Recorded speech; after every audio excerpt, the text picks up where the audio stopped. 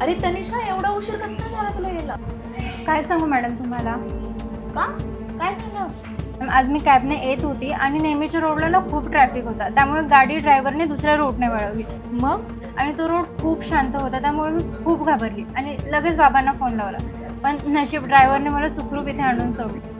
हो, माझ्यासोबत सुद्धा असं घडलं होतं. पण मी माझ्या फोनमध्ये काही अशा सेटिंग्स केलेल्या आहेत जेणेकरून मला आता त्या गोष्टींची बिलकुल चिंता वाटत नाही.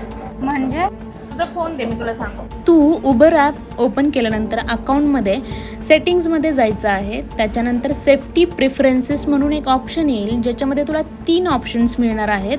ते तुला तिन्ही ऑन ठेवायचे आहेत. आणि थर्ड ऑप्शनमध्ये तू तुझा इमर्जन्सी कॉन्टॅक्ट नंबर ॲड करायचा आहे, जसं की आपण केला आहे बाबांचा.